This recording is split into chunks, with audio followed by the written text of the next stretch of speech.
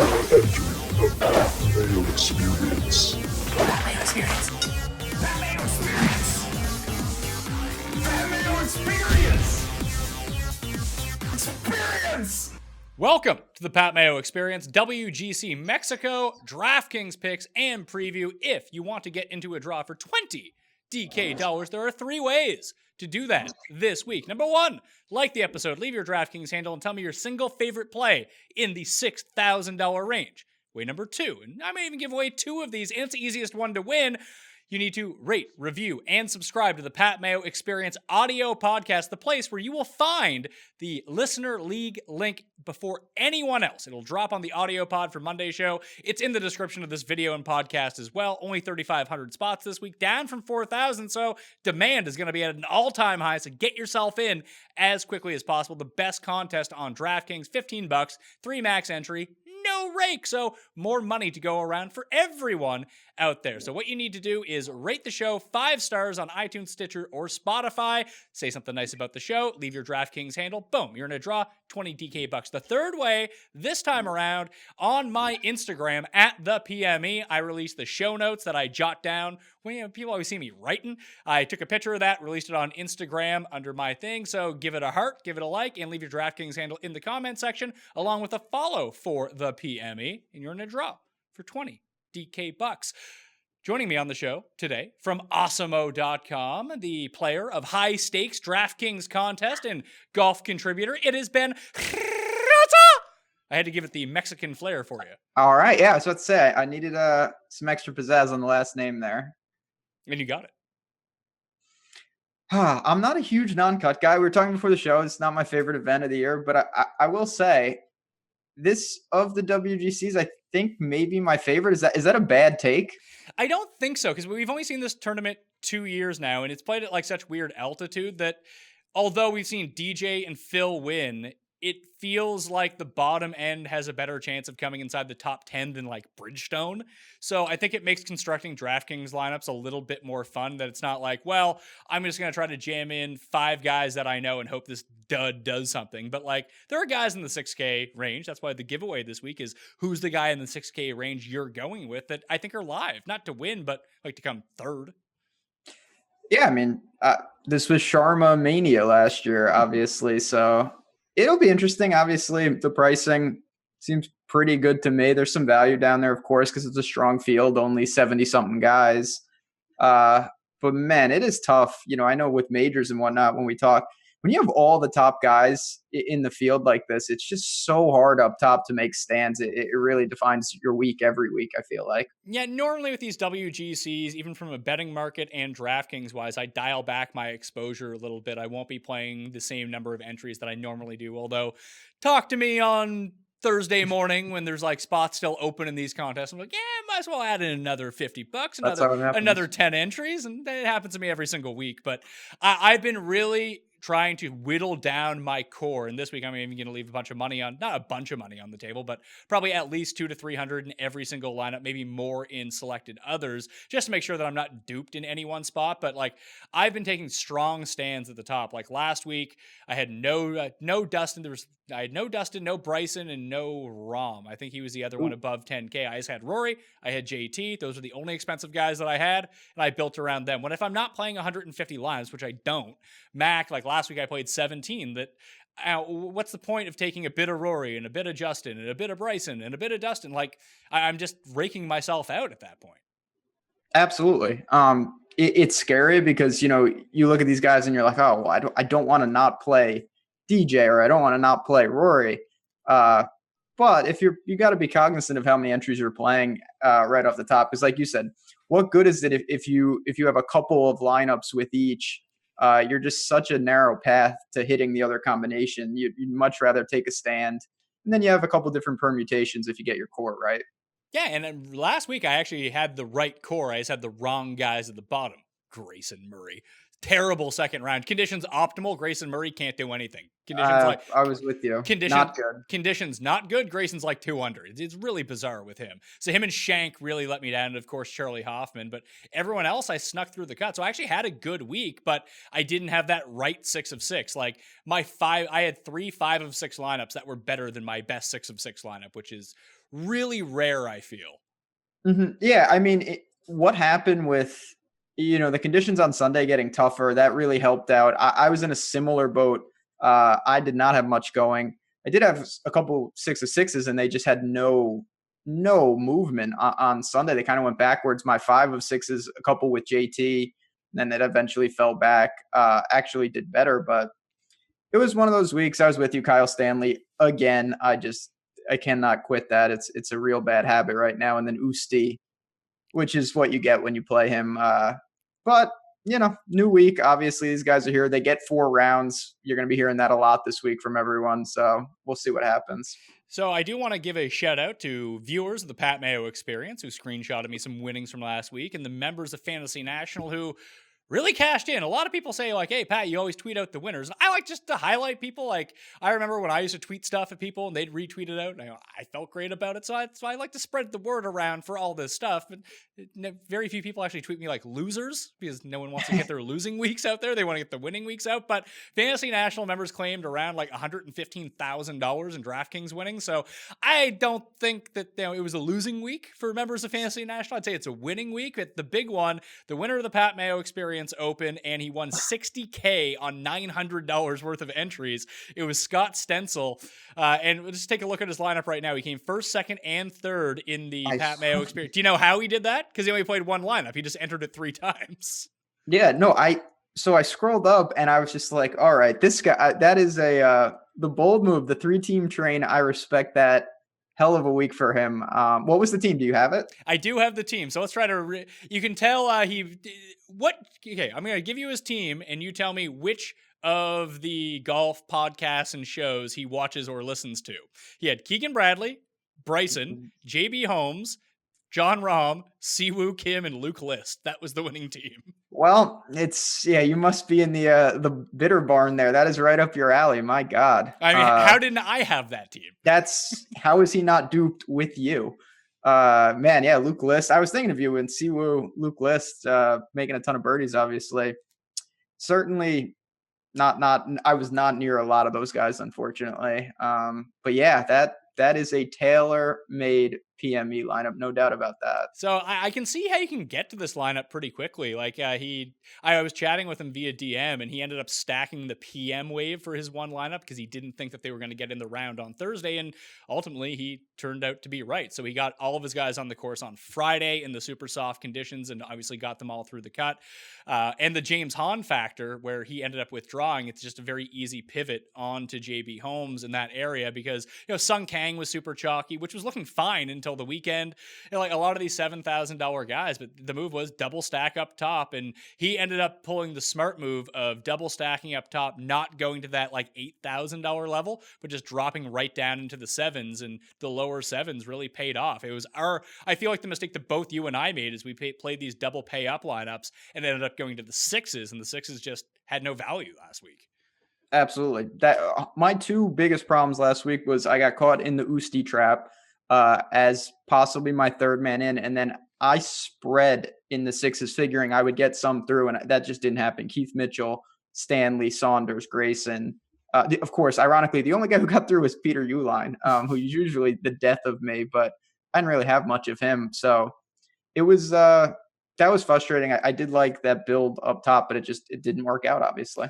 So we're going to get into the same sort of thing this week. You fell for the Louis trap last week. I tried to stay out of it. I didn't have any exposure. Poor Feinberg ended up going down on the Louis ship with you. But we have a name this week that could be very much in the same vein. He's played 3 events on the European Tour this year, all in the Middle East. He has missed the cut in every single one. However, if you just scroll down past Joost Luiten at $7,200, you have Henrik Stenson.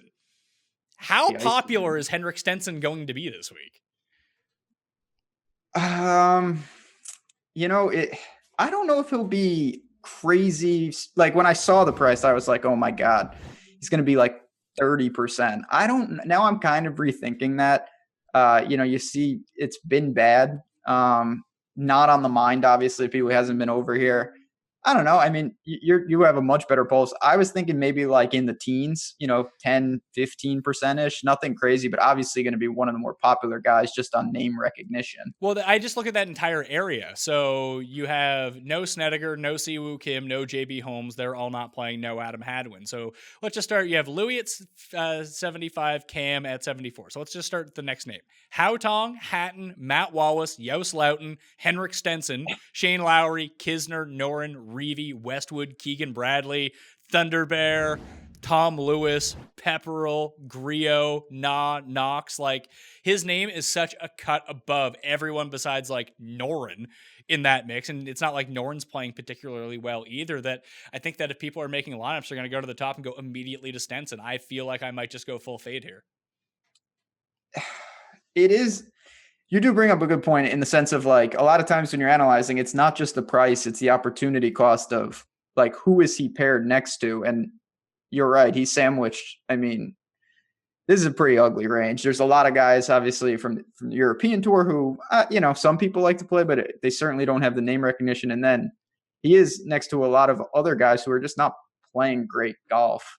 Obviously, this isn't, breaking news. The higher owned he is, the more I'm prone to maybe jump on ship with you and go elsewhere. Noren sticks out in my mind, obviously. I do like him.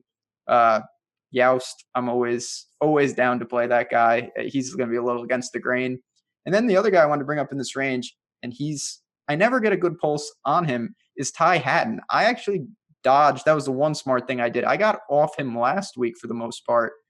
Do you have any interest? I never really know when people are going to jump on him or off him. This seems like a spot where people will jump on him because of the course history that he has here. He's one of 7 players who's finished inside the top 15 both years that it's played at the course. But like, he came 15th at Phoenix and lost 3 strokes on approach. He missed the cut last week and lost 2 strokes on approach. Like, he's playing kind of terrible right now. So he's only gaining strokes around the green, like with his chipping, which is fine. But if you look at the stats for this course, it's, approach is basically the only thing that matters along with putting. And Hatton can get it rolling. We know that. But if he doesn't have the irons working, like, he's dead in the water.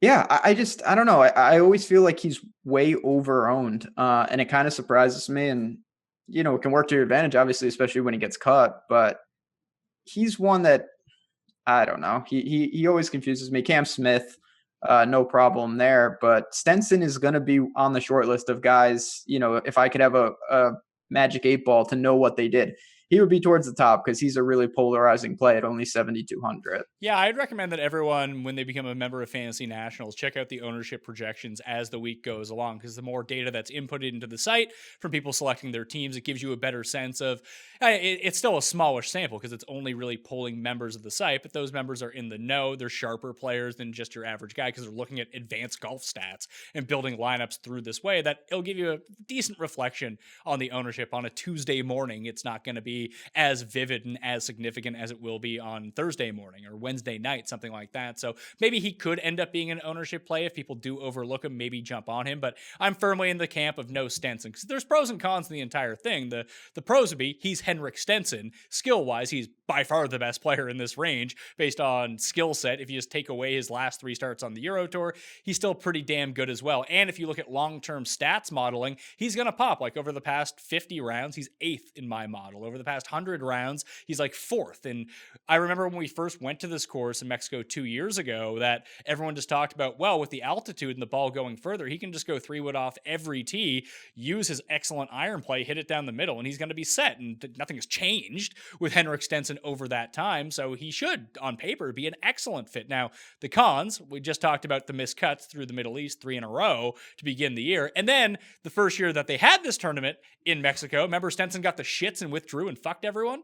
Oh yeah, he had a couple birdies to start. And it was a minor print fest until he collapsed, and then that is the thing with Stenson. He has a bit of the Louis gene where if he's not feeling it, he just kind of packs it in, whether he actually just doesn't play or, he's not one to sweat these type of tournaments. He kind of doesn't grind, that's for sure. So a lot of risks there, especially if he's popular. So let's talk about the course and a little bit about the strategy. It's in Mexico City, Chapultepec. Same yardage as Riviera, but played at 7,700 feet in the air. It really only plays like 70 or 6,700, 6,800 because the ball is going to go 10 to 15% farther on every shot just based on the altitude. And if it gets super hot, then the air is even thinner and then the ball is going to go even farther. So it's a situation where just keep the ball in the fairway. You do not need to hit driver here at all if you don't want to. Phil Mickelson has talked about missing on the right side of the green. So that really strikes a chord with heritage in my mind of more of an analytical course from course management perspective, that if you can figure out how far your clubs are going to go in the trajectory of the ball, in the altitude, and get that part sorted out, now you need to know where to miss. So smarter players, by and large, should do pretty well here. But the two winners so far, Dustin and Phil, back-to-back years. We've seen Justin Thomas play really well at this course. Sergio's finished inside the top 15 both years. So is Jordan Spieth. A lot of those guys have won at the Tournament of Champions in the past at Kapalua. Another no-cut event, small field with a lot of really good players. So that's a corollary just to dig into a little bit. My favorite play of the week kind of lines up with that, as we'll get to him here in a second. So I just think par 4 scoring and approach play are really what you want to be targeting. Yeah, obviously the irons here have shown, that those are king week in and week out. It is tricky though. I mean, we've seen this narrative play out of, and I don't think you can attach to any single player, but with the altitude, there are guys, their distances get a little messed up. We've seen that before. For some reason, Patrick Reed comes to mind when I say that. I don't know if it was him specifically here a couple years ago. But, it's something to monitor. Most of these guys, since it is a WGC, have seen the course. Bryson, it looks like, hasn't played here. But other than that, most of the big guys have seen it. I mean, I don't think it's anything too difficult in terms of breaking the course down. Like you said, it's going to play short. They're going to attack. Obviously, par 5s, you always want to take advantage. And you need to score. This is a non-cut. You're going to have to rack up birdies, outscore your placement points, especially since we're not going to have 6 of 6 percentages. You just need to really weather the storm. And then, that's the other thing with this, not to go on a tangent. The sweat of a four round non-cut is just brutal. Like you think, it's over. You've got it. It can change so incredibly fast when no team is out of it. It's just insane.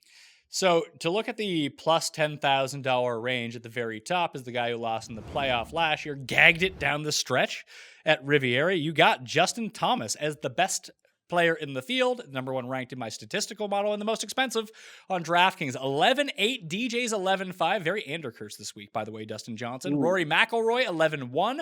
Rahm, Fowler, Bryson, all in the $10,000 range. You bring up Bryson, having never played this course before. He is the cheapest of the elite players. And if someone is going to figure out mathematical formulas of ball control and distance and course management quickly, gotta feel like that's Bryson.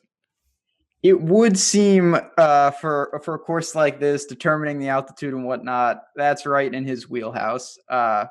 Wasn't great last week, obviously. I did play a good amount of Bryson. Wasn't bad, though. No, he wasn't. He just couldn't. It felt like every time he was going to get something going, just couldn't get momentum. He was chipping balls in left and right. But other than that, kind of an uneventful week. Yeah, he actually came in 15th. I would have thought he finished worse than that, to be honest. So maybe a little better than I thought. I was saying, when all these guys are here, it's very difficult, obviously. So I tend to just naturally say I'll pay down slightly. Like I like Rahm and Rory better than JT and Dustin. No problem even starting with Bryson, obviously at flat 10K.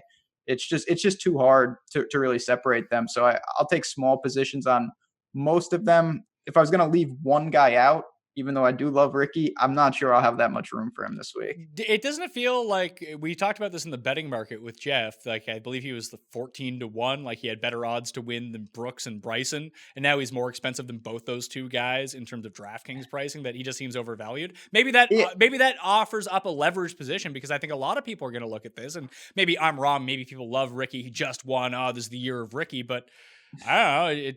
It seems like he's by far the most overpriced guy in this field.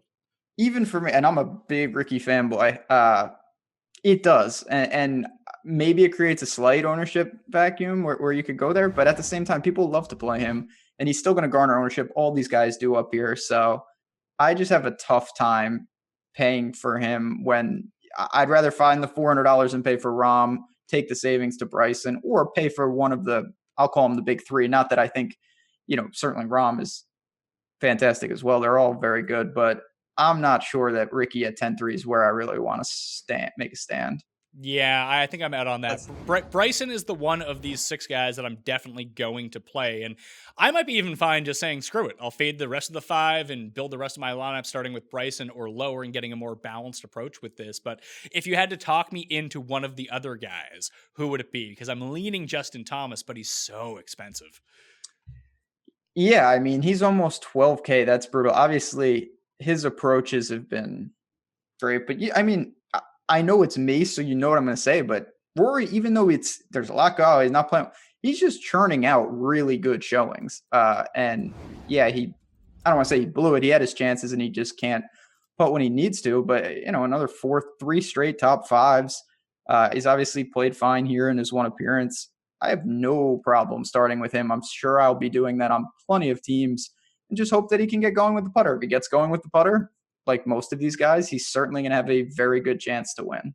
Looking at it, of the top guys in the field, there's a lot of really short par 4s this week, between 300 and 400 yards, including the first hole, which people can eagle because you can actually get to it. And you got to think that there's enough shorter, like just over 400 yard holes, that they're going to play in that range as well. So looking at it, number 2 and 3 in the field over the past 24 rounds on par 4s from that range, Bryson and Justin Thomas. So I think that's where I'm going to rest my head. I feel like I maximized Rory last week, and he just couldn't come through for me. Yeah, what are you going to do? I mean, the Rory experiment is, I don't know where it is at this point. Like he's playing actually very well, but it still feels, I don't know. Obviously, I keep buying on him. To me, the guy that I have the most trouble, and this is kind of a macro approach, but even for a week like this, is Rahm. I don't know how good, where he is in the hierarchy. Sometimes I think he's the best player in the world. Sometimes I think he's towards the back end of this elite group. His irons aren't great, but he does everything else so well. He putts well. And he's, a slight discount. He's obviously $1,100 difference between him and JT. That is kind of appealing to me. Well, the $9,000 range I find more tricky. Like I'm good with fading Dustin. If Dustin wins, I lose, and them's the breaks. I've been fading Dustin now for 2 weeks at events where he was all uber chalk, and it's worked out. And sometimes that's just the stand you got to make. And when he eventually wins, it's going to cost me. But until that happens, I'm feeling pretty good about it. The 9K range, you got Brooks at the very top, followed by Tiger, Phil, Xander, and Hideki. I think Xander is going to win. So I'm in on him at 91. I also bet Hideki to win at $9,000. These guys are killers at these no-cut small field events. They pile up birdies in bunches. I loved how Hideki finished off his round in tournament in round 4 at Riviera. He gained almost 2.5 strokes in his final round through approach. He's number 1 in the field in strokes gained approach over the past 24 rounds. I'm in Xander's number 3. We just saw him win a WGC. We saw him win a Tour Championship in a similar type of field at Eastlake with no cut. Obviously, he won Tournament of Champions. So that's a corollary that I'm going with. He lost strokes putting last week. That's very atypical of him. He had gained in 10 straight before that. The ball striking was fine. Those are the guys I want. But now I'm like, if I just talk about like wedges, guys heating up, course management, that just reeks of Tiger. Tiger's definitely I had some last week for a change. I rarely, if ever, use him. I'm interested again here. Obviously, he was storming there for a while, then he settled in. Quality showing. The thing about Tiger, and we always talk about this, it's very hard with him because he gets such a natural ownership bump for just being Tiger. So I'm with you. This range is always tough because you were just talking about it. You could omit that top tier, and if you get through, you could take a couple of these guys. Starting a lineup with Xander and Decky, that's going to be very different, and you're going to have plenty of money for the rest of your lineup. It's not something I'm super opposed to by any stretch. Obviously, I'm like most people. I think Decky's going to be very popular. I like him a lot. His irons are back. Xander's interesting. I never have a great feel for him. Seems to score better than he plays. I don't know if that's just me thinking that, but you ever notice that? I feel like even when he plays horrible, never really gets punished.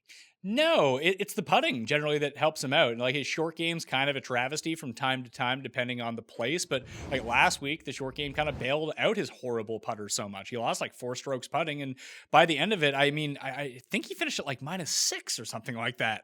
That's Like, what I'm saying. and like he was +4. Yeah, he was 15th last week. Like that's Yeah. if you polled everyone, that's not where he would have been expected to finish. That the thing I worry about in this area is that I know people are going to be on Hideki, people will be on Tiger, and I can see Xander getting a bit of buzz as it goes along. Maybe he doesn't fit with construction if you go with 2 high price guys, but it doesn't feel like anyone, and like we just kind of glossed over them. Brooks and Phil could be the ownership guys that really come in the single digits. And I mean, Phil won here last year, and he's playing great. He is. He cheats, which is always a good thing to have in your corner. And you're right. The 2 guys, Brooks is definitely going to be lost. Phil, I don't think people want to pay this price, even though he's playing fantastic and he's going to a course that I guess it does suit his game. I don't really know what Phil's game is anymore, to be honest. Phil makes birdies. That's what you need to know. And that is true. And this is a non-cut, and a couple outrageous holes. Yeah, maybe it costs you some placement points, but he could make up for that. Now, obviously, he's at a price point where you can't just be messing around. You need some result. But you are right. If we're getting him at a significant discount between all these guys, is he a third, a fourth of the ownership of someone like Tiger? If that's the case, it's hard not to look there. Yeah, and then you could even start your lineup like Phil, Xander, Hideki if you wanted to. And that Nobody's going to do that. And exactly, and that way it gets you out of the duplication. You can use all your salary cap if you want to. It's just a different way to think about it. Like you're going to see an elite player likely win the WGC because elite players do win WGCs over and over, but it's not like there's 3 elite guys in this field. There's like 15. That's the problem. It's the win equity that you sacrifice, you're going to have to do it somewhere. So it's not, I find it easier because you're kind of forced to, like you were saying, you can't play all of these guys. And even as we get into the 8s, there's a bunch of dudes who in other fields would be 10, 11K and that are capable of winning. So part of it's just constructing a different build like that. And you're right. If you do that, you don't have to be as cognizant of maybe not building straight to 50K. You can do that because not a lot of people are starting with 3 9K players. So I mentioned that I really like Xander. I think he's going to win. Hideki, I bet as well. The other guy that I bet this week falls in this $8,000 range. You let me know if you can figure out who it is. At the very top of the 8Ks, we got Tony Finau at $8,900. Spieth, Leishman, Casey, Cantlay, Bubba, Webb, Fleetwood, Molinari, Sergio Garcia, Patrick Reed. That is a pretty stacked $8,000 range. I mean, you could just take 6 of those guys if you wanted, and that's not a terrible lineup. But there's the one guy who rates out the best for me. Actually, he doesn't rate out the best. He rates out the second best of everyone in this group, but Patrick Cantlay rates out the best because he always does. But the guy that I'm going with, do you know who that guy is going to be, Benjamin? I'm going to say it's our good friend Sergio. Webb Simpson. Oh, my. Thank God you just told me, because if we had to keep playing this, he might have been the last guy I would have mentioned. Really, Webb. So here's the case for Webb. He's only played twice so far this year. He played Tournament of Champions and he played at Phoenix, both on Bermuda grass, and now we're on POA, and we know that he always putts well on Bermuda, except for the last 2 tournaments when he was a disaster on the greens, which has become very atypical of Webb Simpson over the past year or so. But over the past 24 rounds, here's how he rates out. He's 4th in strokes gained approach, 10th in opportunities gained, 1st in proximity from 100 to 125 yards, 5th around the green, 1st on par 4 scoring, 1st on par 4 scoring between 300 and 400 yards. It's pretty good. And his real struggles have been on the green, which I expect to rebound. And he's not great off the tee, but you don't need to be great off the tee here. And if I do play sort of a heritage connection about course management, that guy dominates that course. He just came top 5 at Kapalua. And over the course of the 2 tournaments so far this season, he was above 7 strokes gained approach at Kapalua. He was above 5 at Phoenix, averaging 6.6 over the 2 tournaments. Like, that's the exact type of guy that I want this week. Webb, man, I don't know if I just got enamored. Obviously, Cantlay, you said that he always rates out well. Leash and Casey are there, and then Fleetwood, Sergio, those type of guys I was immediately drawn to. So, Webb is he's only, you just mentioned this. I know he hasn't played much, and he was uneventful at Waste Management. I see the narrative there. I get it. Course fit.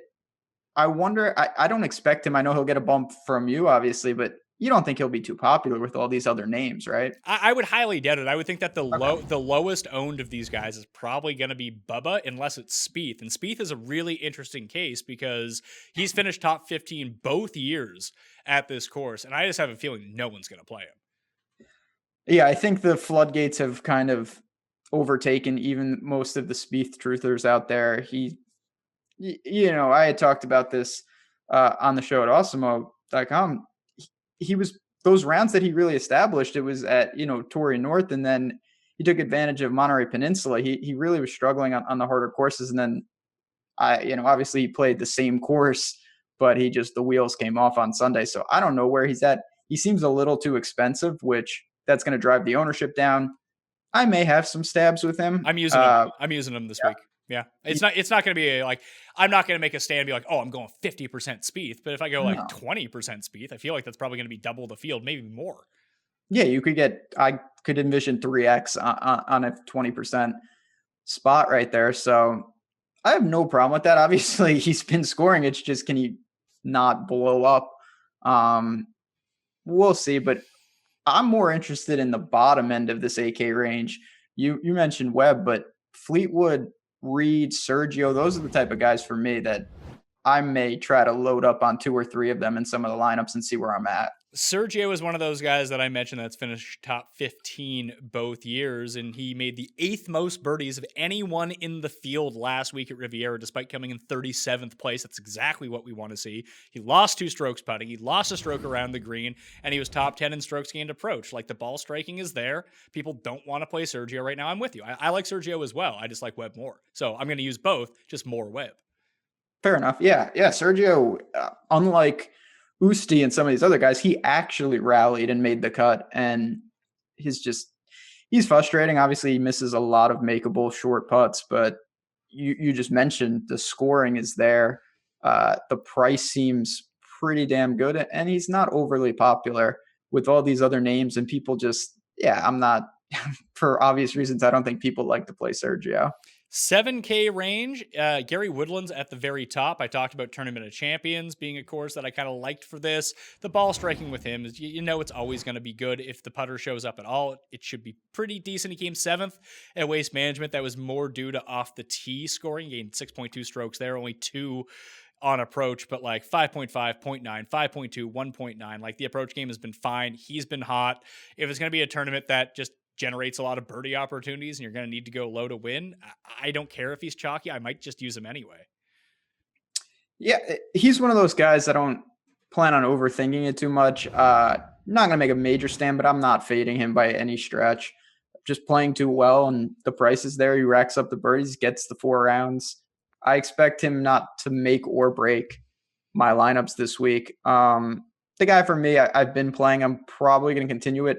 He had a kind of an anomaly when you look at the stats last week. RCB, putter was working, around the green was working, irons weren't great, off the tee wasn't great, but he's just been in this high 7s range for a couple weeks, and I'm going to keep firing and see what we can get out of him. Yeah, 22, 25 last 2 weeks at Pebble and Riviera, and obviously has the course history to go along with it. He was in contention last year until all of a sudden the putter, I think he was like 10 strokes gained putting at one point, and then all of a sudden he stopped making so many putts and he kind of fell by the wayside. That's going to be an iffy one for me. The guy I'm actually going with the guy is undefeated in Mexico over the past 4 months, and he cannot be stopped. It's Matt Kuchar. Yeah, undefeated in Mexico. We'll see how the response is down there. I never know what to make of Kuch. Obviously, he's playing. He's playing out of his mind right now. And people aren't going to go to him. They won't. And this course sets up perfectly for him. But it's God. Like, there is a chance that people get talked into Matthew Fitzpatrick more than they play Matt Kuchar this week. Yeah, that's something I would do. Which I'll say this: I like Benny On more than Kuchar. That's the guy that I would actually look to. Fitzpatrick, I get sucked into him, but he's just not playing great. Benny On, you don't like him at all, or are you just more on Kuchar? I'm just more on Kuchar. On is fine. Anytime they got ball striking going down, I've been on Ben On so often, and it's just like, oh yeah, Ben On made an 8. fantastic. That's right. That's classic Benny on styles. The only other one in this like upper 7 range is Poulter, who was like on fire through the Middle East.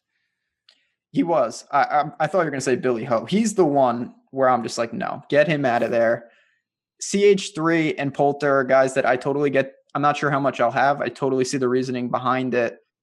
But man, Kuchar's just, I don't know. I feel like he's playing a little over his head, kind of. The results have been there. It's just, boy, the irons really are cooking right now. Gained another 4. Jesus. And the narrative around him is going to have people off of him. People don't want to use Matt Kuchar right now. They'll talk themselves into, oh, he's going to Mexico. Everyone in Mexico hates him. He's going to be booed by the gallery, so he's not going to play well. And I just don't see that happening.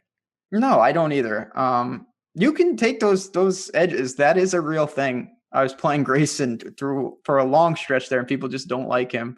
Now he's just not good. That makes it a lot harder. But 7,700, he can be your third or fourth man in, obviously, even in a balanced lineup, could even be beyond that. So I'm sure I'll have some. I have a tough time saying I'm going to get 25, 30% Kuchar in my lineups, maybe in the teens. And I'm not sure how big a position that'll even be. So the only other guy in this region, I know you just said like you'd be the type of guy that would play Matthew Fitzpatrick instead of playing Matt Kuchar. I think I'm going to use a more expensive Joost Luiten over Henrik Stenson, which makes no sense, really, to be perfectly honest with you. He does have a T3 and a T6 in 2 of his past 3 starts. You don't have to. That's when I play Euro, besides Maximilian Kiefer, who will never be in a field like this, hopefully one day. Joust is a guy I love to play. There's a shorter course when you factor in the altitude. He was hurt. He came back. Form is there. People don't know him. I know he's in over his head in terms of this is a much more talented field than he's used to, but he's played a lot of quality events in Europe. He's played in altitude. I do think on a macro level, some of these European guys, they're used to, they play in the mountains where these crazy tournaments. You're right. It doesn't make a lot of sense, but I feel like people are going to do that with Matt Wallace, who I'm not there on. I'd rather play Joust. Yeah, I think I'd rather play Joust too. He's 3rd right now on the European Tour in strokes gained approach, and he was T25 at this tournament 2 years ago. Actually finished 3rd tee to green that year, except he lost 6 strokes on the greens. So that's not great, but he finished just behind Dustin and Tommy Fleetwood getting to the green, and if he can somehow replicate that number again, he's going to do better. I guarantee it. He's a great ball striker. I really like the way he plays. Obviously, the irons can get there and the putting can shut it all down, but you got to live with that. I mean, what are you going to do? And yeah, you just talked about it. I'm looking at his stats right now. It's just absurd how cold he was with the putter and how good tee to green he was. So I'll take another 4 rounds of that and see where we end up. So we got Tom Lewis is in this range as well. So the Brit has come. Let's see here. So 4 tournaments so far in 2019, all on the European Tour. He has a T9, T48, 3rd, and T63 at that weird Super 6 last week. So he's making a big trek to get over here. Is he someone who gets on you? Because just like Noren and Thunderbear, that's Thorbjorn Olesen, for those not in the know, seem like they're going to suck up an awful lot of ownership here. That does create an interesting situation. I don't think it's going to lead me to Tom Lewis. Kisner was the guy I was going to say. We know he can get hot with the putter. Short course helps him. Just not playing great. That's my one concern, but he's been playing at least. It's not like we don't know where he is or anything. And there's limited options. So I wouldn't mind looking at him. Obviously, you don't have to talk me into Grillo. I play him all the time. And although he never seems to get there, if he can get the putter going, obviously the ball striking is pretty good overall. So those are 2 if you want to get away, because I agree with you. I think Thunderbear and Noren probably, besides Stenson, obviously, the popular names in this range. Well, what about Cam Smith at $7,400? Seems wildly underpriced considering he was in like the upper 8s he was in the upper 8s last week at Riviera, wasn't he? Yeah, he's like 9,500 in decent fields, and then he drops to this. So people who've been playing him are going to see that. And it's not like he's been great, but he hasn't been killing you either. The irons are working around the greens, always pretty solid. Off the tee is bad, but like you said, it's not that big of a factor. I don't know how much that'll kill him here. Him and Usti are just sitting there, that the price seems appealing on both of them. I'm not sure how much you're going to need to build a substantial leverage spot. Well, it's just really striking to me. Like, I'm going to use Cam Smith. So the modeling has him kind of wonky because the off the tee is bad, like you mentioned. He doesn't really score on par fives, but he's generating the 15th most birdies of anyone per hole in the field. That's something that you always want as it pertains to DraftKings scoring. The irons have been really good. Like you mentioned, he's one of the best around the green players in the world. And now you're getting a $1,500 discount on him coming off a week where he wasn't bad. He just wasn't good. Absolutely. And he's pretty consistent. Not that you're looking for a little more volatility than normal here, but he gets so much more room. When he's in the upper eights, you obviously need a pretty good finish to justify it here. He scores, gets a couple streaks. He can get a middling result for you, and he's certainly not going to kill your lineups, especially if he beats someone. These guys, step one is beat Stenson. If you're taking a one-off, that's what you really want to look to. If you do that, you're going to be ahead of a lot of people possibly. So in the $6,000 range, we got a lot of guys that people are just going to enjoy to play, especially Euro DFS. Euro DraftKings players are going to be all over here. Danny Willett's my guy. Everyone knows that. I'm going to be playing him. He is $6,600. That's going to be the back end of a lot of my teams. The one that really sticks out, and it's not just going to be to me, it's not going to be to you, it's going to be to a lot of people. Lucas Bergeld. He just makes birdies. He makes so many birdies that he seems optimal for DraftKings scoring in a tournament where there's no cut. Crazy birdie maker. I give you that. The problem I have with him is what you just said. He's not going to be overly popular, but he's not going to be unpopular. People want to play him. He's sneaky. He's a crazy scorer. It's all stuff that's very appealing. Aaron Rye is right there. I don't know what to make of him, but those guys are going to garner some ownership because they're the trendy names. Willett is someone, I know you mentioned him a little before the show.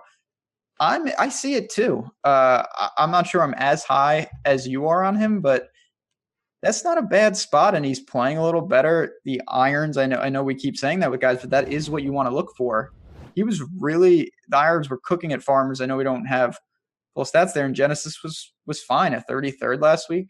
This could be your last minute, and he's going to be on most lineups. The question I have to you, I know we talked about these Euro guys, is what do you do with the two Americans with Wise and Stanley at 6,400? Pass. Russell Knox at 68 was the one I was kind of looking at. See, Grace at 68 I looked at him, but I ultimately don't think I'm going to get there. Yeah, the irons really went away on Brendan Grace last week. And like with Knox, he was such a disaster here last year. It was like his worst tournament of the year. So maybe there's something about Mexico he hates, but I mean, it's a short course where you can use wedges. Like, that's Russell Knox's game. I don't mind that. I wanted to get to Grace. South Africa right now Ernie Els might be actually the best player they've got, because Charles, dust. Grace, not good. Louis, who the hell knows? Richard Stern, maybe I'll play that guy. I don't really know. Or George Coetzee, the cheapest guy in the field. Or that guy. He makes crazy numbers, but it's the wrong way. He gets like nines. It's just like, and my man, Alexander Bjork, is down there, 6,100.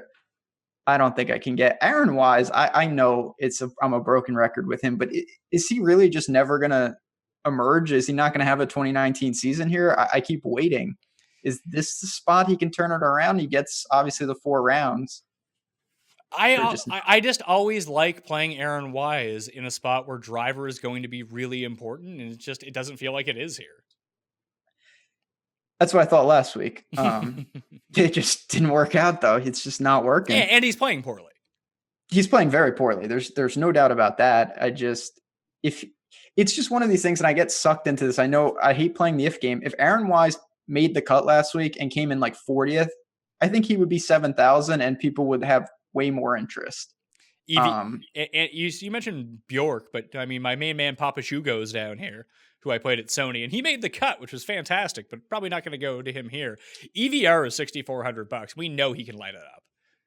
He was another one where I was saying I don't want to make fun of South Africa too much. He's one of them. He's doing his part. He can light it up. Was that the British? Where was he? Came out smoking. Yeah, it was the British. Yeah. Okay. Definitely can score 6,400. Not going to be popular, obviously. Don't mind that if you want to. I think the thing here, it's similar to the top end guys. You don't want to play them all if you want to take a shot, pick one of these lesser known guys and sprinkle them in. But if you start playing Biergaard, Rye, EVR, your boy Satoshi is down here. If you want the connections for the course, Bjork, you can just, there's too many guys, and some of these are going to be in the bottom of the field. So for me, Willett is number 1. Beauregard is probably number 2. And if I have to take someone else, it's probably going to be Knox. I almost said Keegan. I don't know if I can go back to that. But that guy, Eddie Pepperell is the other one because, like, I mean, I don't know if he can drink the water, so he's probably going to be on an all liquor diet in Mexico, and that only enhances his game. That's right. If we know that, fire him up. What a boss! Great Twitter follow. God, you don't know Griot? No, I mentioned this to Feinberg on Monday. Like, kind of done with Griot. It's over. It's not that it's over. Like, he's priced like a scrub, so that's fine. But like, Feinberg was talking about like betting him. It's like the guy doesn't win. Like, what? He gets close for like a second on a Saturday, and then he's gone. Thursday. That's more his speed. 5 under through 7, and then he's 3 under through 40 holes. But I don't know. I and this is why I think it's important to say this. This is why I struggle with non-cuts. I still inherently look for a little more stability than I should, and Griot gives you that. But that might not be exactly the optimal way to approach this, where you see guys like, you mentioned some of these wild men down here. I have to try to be cognizant of upping my volatility because you don't need steady. He can shoot 2 bad rounds and then fire a 63, and that's way more important at a place like this because he wouldn't have those rounds on a traditional cut. Yeah, so I think what you're approaching here, we talk a little bit about leaving money on the table, everything like that, but just have the Ricky Bobby approach. Play for first here. If you don't play if you don't play for first here, you're probably going to come last. It's true. I know we mentioned a lot of guys, but I did want to ask you about Barn Rat. I don't know. I mean, I had a little last week. This course, I think, fits a little better for what I kind of envisioned he's good at. Any feel on him, or is it just blah? I used him in Phoenix a few weeks ago, and he was all right. I feel like where he has performed well at this event in the past, that he might get some extra juice as like a popular scrub down here. Oh, don't worry about Kiridesh. He's just going to do it again. And I don't know. I really have no feel for him in this sense. So I'm probably going to end up passing. What about Sharma? Sharma for me is just going to get it too big of a bump. Oh, really? I think so. Just people look at the course history, and I think they remember him, almost winning. He's been playing some. I mean, what's he really done since that? I saw he came. I think it was runner-up in India against just an all-Indian field. Other than that, I haven't thought of his name too much. After last year's WGC Mexico, where he came 9th, everyone kind of forgets that he struggled in that final round. He was up to 64th in the world. He is now 109th in the world. And that was after the T2 last week in India on a tour, the PGTI Tour. That's a next level sunshine challenger. I didn't know that existed. So yeah, I just. So his form is T2 at that tournament, miscut, T29, miscut. So I'll Sharma, pass. It's been real, but what about one other last guy? I promise, Abraham Answer. Oh, the second best Mexican player in the world behind King Carlos Ortiz. Yeah, your boy, man. Carlos Ortiz is really, that 1 week has got you rolling. Answer's killed me the whole year. I don't think I have any interest here. I'm just worried that.